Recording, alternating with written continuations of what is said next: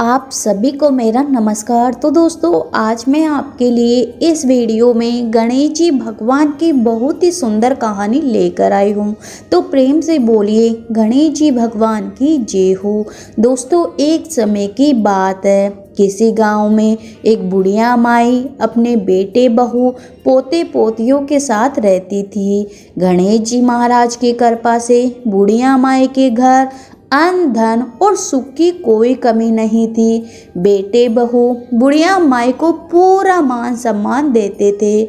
बुढ़िया माई अपना पूरा समय गणेश जी महाराज की पूजा अर्चना में व्यतीत करती थी। हर रोज मंदिर जाती, पूजा पाठ करती, कहानी कथा करती, भजन कीर्तन करती।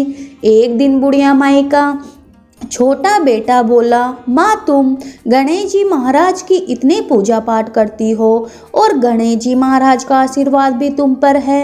उनकी कृपा से हमारे घर में भी किसी चीज़ की कोई कमी नहीं है, फिर भी तुम हर समय पूजा पाठ में क्यों लगी रहती हो। बुढ़िया माई बोली कि बेटा, गणेश जी महाराज की कृपा से मेरे पास सब कुछ है, बस एक ही अच्छा है कि गणेश जी महाराज के दर्शन हो जाए और यह देह छूट जाए। माँ की बात सुनकर बेटा जोर जोर से हंसने लगा और बोला कि माँ, भगवान ऐसे नहीं मिलते। उन्हें पाने के लिए घर बार छोड़ना पड़ता है, जंगलों में घूमना पड़ता है, साधु संतों का संगत करना पड़ता है, तब कहीं जाकर भगवान के दर्शन होते हैं। ऐसे घर में रहते हुए भगवान के दर्शन नहीं होते। छोटे बेटे की बातों का बुढ़िया माई के मन पर ऐसा प्रभाव पड़ा कि बुढ़िया माई अगले ही दिन अपने घर से चल दी। चलते चलते उन्हें रास्ते में एक और बुढ़िया माई मिली। वह उनसे पूछने लगी कि बहन, भगवान का भजन करते जा रही हो? तो वह बोली कि गणेश जी महाराज के दर्शन करने जा रही हूँ।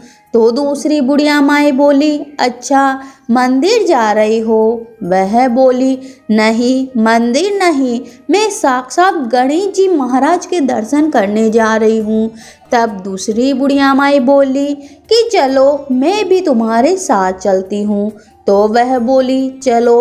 अब दोनों बुढ़िया माई गणेश जी भगवान के भजन करती चलती जा रही थी। कुछ दूर पर उन्हें एक और बुढ़िया माई मिली। वह भी पूछने लगी कि बहन, कहाँ जा रही हो? तो वह बोली, हम तो गणेश जी महाराज के साक्षात दर्शन करने जा रहे हैं। वह भी उनके साथ चल दी। अब तीनों बुढ़िया माई गणेश जी महाराज का भजन गाते हुए साथ साथ जाने लगी। भगवान गणेश जी महाराज बैकुंठ में बैठे तीनों को देख रहे थे और तीनों मेरा भजन कर रही हैं और मेरे दर्शन करना चाहती है। चलो, इनकी परीक्षा ली जाए। परीक्षा लेने के लिए भगवान ने उनके रास्ते में सोने की मोहरों से भरा एक थैला गिरा दिया। पहली बुढ़िया माई भजन करती आगे निकल गई। दूसरी बुढ़िया माई भी अपने ध्यान में मगन थी। उनकी भी नज़र थैली पर न पड़ी। तीसरी बुढ़िया माई का पाँव मोहरों की थैली पर पड़ा। उन्होंने थैली उठाकर देखी कि इतनी सारी सोने की मोहरें। तीसरी बुढ़िया माई ने मोहरों की थैली उठाई और बोली, मुझे तो भगवान ने धन दे दिया। और वह थैली लेकर अपने घर की ओर चल दी। यह देखकर गणेश जी भगवान मंद मंद मुस्कुराने लगी। कुछ दूर चली, गणेश जी महाराज ने सोने की ईंट गिरा दी। पहले बुढ़िया माई को एक ठोकर लगी, लेकिन उन्होंने ध्यान नहीं दिया। वह आगे निकल गई। दूसरी बुढ़िया माई को जब उससे ठोकर लगी तो उन्होंने देखा, अरे, यह तो सोने की ईंट है। उन्होंने ईंट उठाई और वापस अपने घर को चल दी। बोली, जब भगवान ने धन दिया है तो वन वन घूमने से क्या फायदा। अब पहली बुढ़िया माई गणेश जी महाराज का भजन गाती हुई आगे चलती जा रही थी और बार बार गणेश जी महाराज को पुकारती जा रही थी और दर्शनों की प्रार्थना करती जा रही थी। इस बार भगवान ने हीरे मोतियों के ढेर पर बुढ़िया माई को गिरा दिया। बुढ़िया माई ने देखा इतने सारे हीरे मोती, लेकिन उसके मन में लालच नहीं आया। वह बोली, प्रभु अब आधे रास्ते में पीछा छुड़ाना चाहते हो। यह कहकर गणेश जी महाराज, जय हो गणेश जी महाराज कहती वह आगे चली।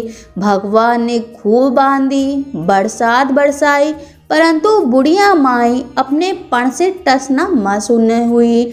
वह बेसुध हो गई, लेकिन भगवान का भजन नहीं छोड़ा। तब गणेश जी महाराज बुढ़िया माई के समक्ष प्रकट हुए, उन्हें दर्शन दिए और बोले कि बुढ़िया माई, मैं तुम्हारी सच्ची भक्ति भावना से बहुत प्रसन्न हुआ। मांगो क्या चाहती हो। वह बोली, प्रभु आपकी इच्छा आपके दर्शनों की है। आपके दर्शन पाकर मेरा जीवन सफल हो गया। ऐसा कहकर बुढ़िया माई भगवान के चरणों में गिर गई और वहीं उन्होंने प्राण त्याग दिए।